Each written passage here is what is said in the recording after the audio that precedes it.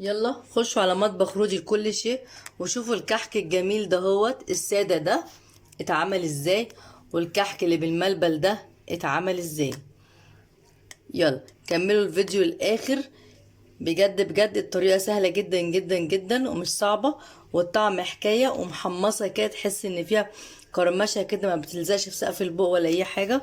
وبما اني لسه بدري على العيد فده مش لازم يتسكر دلوقتي، ده ما يتسكرش الا وقت الاكل بس، تحط له سكر وقت الاكل. لكن دلوقتي هتيجي تاكلي هتلاقيه ايه، آه عامل كده طري كده وشارب السكر وكده، يعني فاهمين.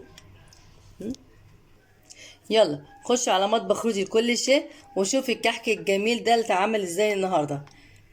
كحك بالملبل وكحك ساده. يلا شوفوا الاشجار دي اتعملت ازاي كده، والفراشات والحاجات الحلوه الجميله ديت. الطريقه سهله جدا وبسيطه جدا جدا جدا. ايه رايكم؟ بذمتك مش هستاهل احلى لايك واحلى اشتراك؟ يلا.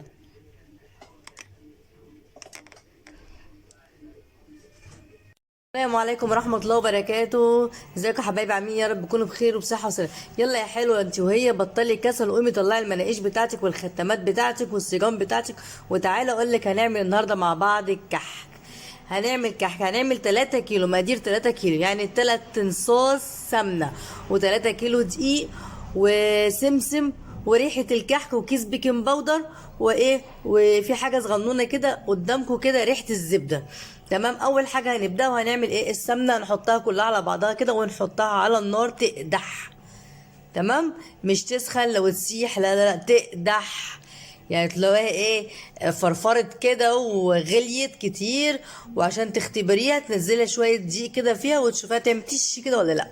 ماشي. يلا جبنا الدقيق بتاعنا زي ما انتم شايفين كده، 3 كيلو دقيق، وهننخله كويس. حلو حلو.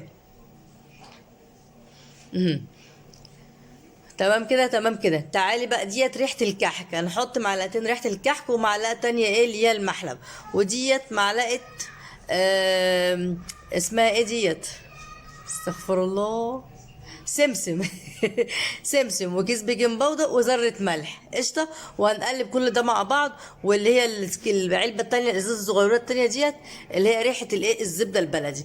وادي السمنة بتاعتنا قدحت زي ما انتم شايفين كده، والدقيق بيغلي ازاي وبيفرفر ازاي. اعمليها كده وقلبيها، طبعا سخنة مولعة، اوعي تنسي وتحطي ايديكي، لا، معاكي المعلقة بتاعتك زي ما هي كده، وقلبي قلبي لحد ما ايه، ما تبرد. طب تعالي اركنيها على جنب وتعالي نشوف الخميرة بتاعتنا. انا كنت احط في الكوبايه بس قلت لا عشان انتوا تشوفوا معايا. نزلنا كده بكوبايه لبن، وكوبايه ونص ميه، طبعا دي قطعت، ومعلقه خميره او كيس خميره بحاله، ومعلقتين سكر، وهنقلبهم كده وهنسيبهم على جنب ونشوفهم لحد ما يختمر. تعالي بقى هاتي الدقيق بتاعك زي ما هو بارد دلوقتي. يلا بالسي ودعكي كده الدقيق كده في السمنه، ودخلي كل حاجه في قلب بعضيها كده. بصي اهو لسه سخنه شويه، عشان كده مش عارفه ايه احط ايدي جامد. كده بردت خالص. بصي، ها هتعملها تبسيها، ده اسمه بس، ده اسمه ايه، بس. تبسيها يعني تدخلي السمنه، تشبعي السمنه بشويه الدقيق والحاجات كلها، المكونات اللي عليها. ماشي كده. الخميره بتاعتنا اختمر زي ما انتم شايفين كده. هننزل بقى نلم العجينه، مش نعجن، دي ما بتتعجنش، هنلم فقط بس العجينه. ونشوف كده العجينه، نمسكها كده بايدينا وندور، وتيجي تلفيها كده وتدوريها بايديكي وتشوفيها. بص زي ما انا ما بعمل كده، اعملها زي الكوره وافرديها. لو لقيتيها بتشقق من الجناب، اعرفي ان هي عايزه شويه ميه، اديها ميه، ما تديلهاش لبن، اديها حبه ميه. سقسقي كده حاجات بسيطه خفيفه كده لحد ما تحس ان العجينه معاكي بقت حلوه. طبعا انت عارفه دي عن دي بيختلف، مش هقدر اقول لك حاطين قد ايه ميه اكتر من انا بقول لك. عشان تختبر عجينتك تمسكي حته دقيقه كده وتقلبيها وتعمليها زي الكره، وتفرديها زي القرصه كده او زي الكحكايه، وتشوفيها لو شققت من الجناب تعرفي ان هي لسه محتاجه شويه ميه، ميه فقط. تمام تمام. اهي هي كده بقت حلوه. لا لسه بقتش حلوه. هنديها شويه ميه. انا طلعت عملتها في الصاله عشان ايه، تبقى ايه المكان واسع شويه، واعرف واخد ودي في الطبق بتاعي، عشان الطبق ده كبير شويه. كده جميلة اهي. وفي حاجة تانية كمان لو حبيتي تختبريها برضو بالمنقاش بتاعك الجميل ده، هو بسنون صغنونة تنقشي بيه. لو لقيتي العجينة بتطلع في المنقاش اعرفي ان هي برضك لسه محتاجه شويه ميه، وايه، واقعدي اعجنيها شويه كده. هي خلصت اهيت، ظبطت الدنيا قدامي ودخلنا المطبخ. قلت اما اعمل بقى كام قرصه كده قدامكم واوريكم كام شكل كده حلو. طبعا الاشكال ديت بمزاجك انت بقى، يعني ظبطي نفسك كده وظبطي دنيتك في الاشكال. تمام تمام. بصي، عملت ورقة الشجر وعملت النجوم وعملت وردة وعملت حاجات كتير بصراحة، بس آه، مش باين، مش باين في الكاميرا. بصي دي شكلها جميل جدا. اللي قبل منها عاملاها زي وردة كده، وهعمل لك شجرة وهعمل لك عجلة. يعني اعملي التشكيلة اللي انت عايزاها. وبعد ما خلاص طبعا انا شغالة من امبارح بالليل، يعني بالظبط قبل السحور بحاجة بسيطة. بصي دي شجراية، هي ورقة شجر تحفة جميلة. يلا بينا نصلي على النبي. اللهم صل وسلم وبارك على سيدنا محمد وعلى أهل سيدنا محمد عليه أفضل الصلاة وأزكى التسليم. من كل سنة وأنتم طيبين. شفتوا رمضان خلص بسرعة إزاي؟ مهم. يلا إن شاء الله هنزل لكم الفيديو بتاع البيتي فور المرة الجاية. يعني المرة دي الدقيق الكحك، المرة الجاية البيتي فور، وبعد كده البسكويت. ولو عملت غريبة أكيد هنزل لكم. ما عملتش غريبة يبقوا سامحوني بقى، عشان كده إيه، الميزانية هتخرب. ها، كل سنة وانتم طيبين. بصي لازم تعجنيها في ايديكي شوية كده علشان تسخن معاكي في ايدك كده، والسمنة اللي فيها تسيح وتحس انك تشكليها. لازم تموجيها في ايدك شوية لحد ما تلاقيها طرية كده وملسة كده وجميلة. تبدأي ايه بقى، خلاص. دي بصمات. عايز تعملي بالبصمات انا بوريكي التشكيله، يعني شكل بالبصمات دي شكل اهو، وادي الشكل التاني اهوت. بس بجد ما عجبنيش، ما عملتش منها كتير. عملت بالمنقاش. انا عجبني حوار المنقاش احسن من البصمه. دي عجليه، عملتها زي صباع الكفته كده، رحت قافلاه وعملته زي ما انتم شايفين كده. في ناس بتعملها مدوره وتحط صباعها الصغنون ده اللي جوه تروح مخروم. بص ايه رايك في الجمال. عملت صاج ورق شجر وصاج مشكلين، 2 مشكلين اهوت. هندخلهم الفرن. تمام. اهو بصي الجمال، بصي الحلاوه. يلا كل عام وانتم بخير وكل سنه وانتم طيبين. كل سنه وانتم طيبين. ايه رايك؟ جميله جميله. بصي بقى، كان فاضل حبه وابني عايز يعمل بالملبل، عايز شويه كحك بالملبل. قلت له ما فيش مشكله. نزلت جبت حته ملبل كده، نزلت عليها بمعلقه سمنه زي ما انتم شايفين، وقلبتها كويس لحد ما دخلتهم في قلب بعضيهم كده، وتحس ان ايه ما فيهاش تلزيقه. اعرفي ان الملبل كده ايه اشتغل معاكي وبقت حلو.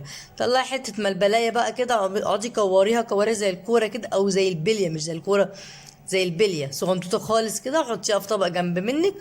وهاتي بقى الكحك واقعدي ايه قرصي شويه، اعملي لك صاجين ولا حاجه بالايه، بالملبل. فعلا حته العجينه اللي فضلت عملت لي بس صاجين، اما الاربع صاجان التانيين كلهم ساده. انا ما كنتش هعمل لا ملبل ولا غيره والله العظيم، بس ابني اللي قاعد يزن على دماغي. نزلت الصبح الساعه 9 جبتها وطلعت.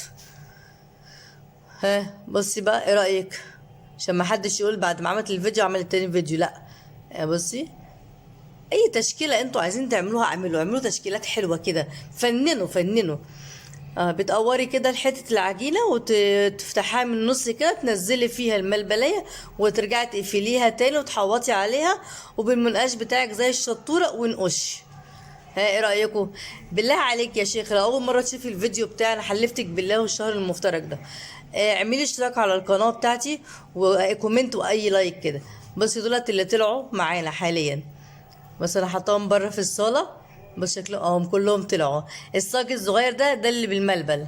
اما الصينيه التانية الكبيره ديت اللي ايه، اللي ما فيهاش مال، ده العجل بقى والشجر بقى والورده بقى والتشكيله الحلوه اللي انتوا شايفينها دي واللي هتشوفوها بعد شويه كده.